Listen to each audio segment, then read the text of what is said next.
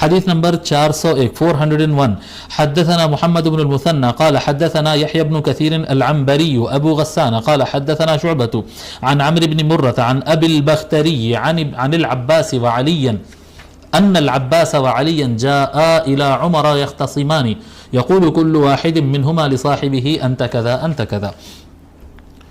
حضرت کیا کہتے ہیں ابو البختری روایت کرتے ہیں کہ حضرت عباس رضی اللہ تعالی عنہ، حضرت عباس اور حضرت عمر مولا علی، حضرت عباس اور مولا علی رضی اللہ عنہما وعلیہم السلام، آپ دونوں حضرت عمر رضی اللہ تعالیٰ عنہ کے پاس آئے جبکہ ان کے آپس میں اختلاف ہو گیا تھا.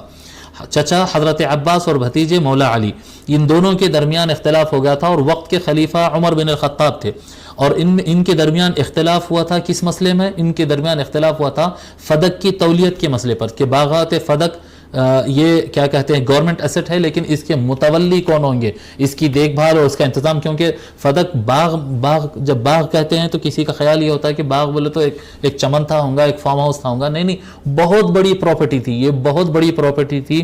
آج کے حساب میں اگر کہیں گے تو کئی 100 ایکڑ کا یہ مسئلہ تھا اور بہت بڑا انتظام رہتا تھا، اتنا بڑا اس کا انتظام رہتا تھا کہ اس سے جو مال آتا تھا اس سے آلموسٹ ملک کی تقریباً آرمی چلتی تھی، بہت بڑا خراج تھا، بہت بڑا آمدنی تھی. تو اس کا انتظام، اس کا ایڈمنسٹریشن، اس کا نظم و نسق دیکھنا بھی بہت بڑا کام تھا. 3 الگ الگ پلیسز تھے، بنو النضیر، خیبر اور فدق، 3 پلیسز سے آتا تھا یہ. تو ان کے انتظام کے مسئلے پر اختلاف ہو گیا. یقول کل واحد منہما لصاحبہ انت کذا انت کذا، ان دونوں میں ایک دوسرے کو یہ کہہ رہے تھے کہ آپ ایسے یعنی آپ ایسے یعنی آپ صحیح نہیں سنبھال رہے ہیں، آپ صحیح فیصلہ نہیں کر رہے ہیں، اور آپ کو ایسا نہیں ایسا کرنا چاہیے، ایسا نہیں ایسا کرنا چاہیے. حضرت عباس اور مولا علی علیہم السلام میں اس مسئلے میں اختلاف ہوا. اور میں آپ کو اپنے یقین اور ایمان کے ساتھ بتا دوں، یہاں پر لکھا نہیں ہے لیکن میں بتا دوں کہ اس مسئلے میں 100% مولا علی علیہ السلام ہی صحیح ہوئیں گے. حضرت عباس رضی اللہ تعالیٰ عنہ سے ہو سکتا ہے انتظام میں کچھ اونچ نیچ ہوئی ہوگی. فقال عمر لطلحة والزبير وعبد الرحمن بن عوف وسعد انشدكم بالله اسمعتم رسول الله صلى الله عليه وآله وسلم يقول كل مال نبي صدقة الا ما اطعمه انا لا نورث. تو حضرت عمر رضی اللہ تعالی عنہ نے کہا وہاں پر موجود افراد میں کون تھے وہاں پر موجود؟ طلحہ بن عبید اللہ، زبیر بن العوام، عبد الرحمن بن عوف، سعد بن ابی وقاص. یہ 4 اکابر صحابہ، یہ 4 وہ افراد ہیں جو چاروں کے چاروں عشرہ مبشرہ میں سے ہے. تو حضرت عمر رضی اللہ تعالیٰ عنہ ان کی طرف پلٹ کر فرمایا کہ تم لوگ انشدکم باللہ، میں تم کو اللہ کا واسطہ دے کر کہتا ہوں کہ سمعتم رسول اللہ صلی اللہ علیہ وآلہ وسلم یقول، کیا تم نے رسول اکرم صلی اللہ علیہ وآلہ وسلم کو یہ فرماتے ہوئے سنا؟ کل مال نبی صدقۃ، کہ نبی کا سارا مال وقف ہوتا ہے، صدقہ ہوتا ہے یعنی وقف ہوتا ہے. الا ما اطعمہ، سوائے اس کے کہ سرکار نے جو لے کر اسے بانٹ دیا ہو، کھلا دیا ہو. جب سرکار وقف میں سے جب آمدنی آئی یا جو بھی آیا لے کر اگر کسی کے حوالے کر دیے تو کر دیے، ورنہ جتنا نبی چھوڑتے ہیں، نبی کی وراثت میں جتنا آتا ہے وہ سارا کا سارا وقف ہو جاتا ہے. انا لا نورث، بے شک ہماری وراثت نہیں ہوتی. سرکار نے فرمایا بے شک ہماری وراثت نہیں تقسیم کی جاتی ہے. وفی الحدیث قصۃ، اور یہ حدیث شریف بہت طویل ہے، اس کے اندر ایک طویل قصہ ہے اور روایتوں میں اس میں ملتا ہے. حضرت عمر رضی اللہ تعالیٰ نے اس طرح سے انہوں نے کہا. پھر صحابہ نے کیا جواب دیا؟ 1-2 حدیث بعد پھر یہ حدیث ریپیٹ ہو رہی ہے، اس کے اندر جواب بھی آ جائے گا. حضرت عباس کے بارے میں لکھیے، ان سے متعلق ہم کو حدیث نمبر 401 میں ہی لکھنا تھا، 401 میں ہم ان کے بارے میں لکھنا بھول گئے. عباس بن عبد المطلب سرکار کے دادا کا نام ہے نا، حضور کے دادا کا نام ہے، تو ان کے بیٹے، سب سے چھوٹے بیٹے عباس بن عبد المطلب الہاشمی. عباس بن عبد المطلب الہاشمی، آپ کا لقب ابو الفضل ہے، ابو الفضل العباس کہتے ہیں آپ کو. حضور صلی اللہ علیہ وآلہ وسلم کے چچا ہے. نبی اکرم صلی اللہ علیہ وآلہ وسلم سے آپ کی عمر 2 سال بڑی تھی بس، یعنی چچا اپنے بھتیجے سے، سرکار سے صرف 2 سال بڑے تھے. ایک مرتبہ سرکار فرمائے تھے چچا بتاؤ، چچا عباس بتاؤ میں بڑا ہوں یا آپ بڑے ہیں؟ جی، تو حضرت عباس رضی اللہ تعالیٰ نے فرمائے تھے کہ بڑے آپ ہیں، عمر میری زیادہ ہے.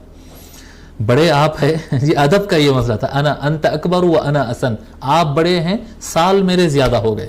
جی، تو یہ حضرت ابو طالب رضی اللہ تعالیٰ عنہ کے وصال کے بعد حضرت عباس رضی اللہ تعالیٰ عنہ حضور صلی اللہ علیہ وسلم کا دفاع کرتے تھے. ویسا تو نہیں کر پاتے تھے لیکن کرتے تھے اسلام قبول کرنے سے پہلے کی بات بھی. جنگ بدر میں بھی آپ آئے تھے مسلمانوں کے خلاف, ابتدا میں اسلام نہیں قبول کیا, آپ کا اسلام کافی دیر سے ہے.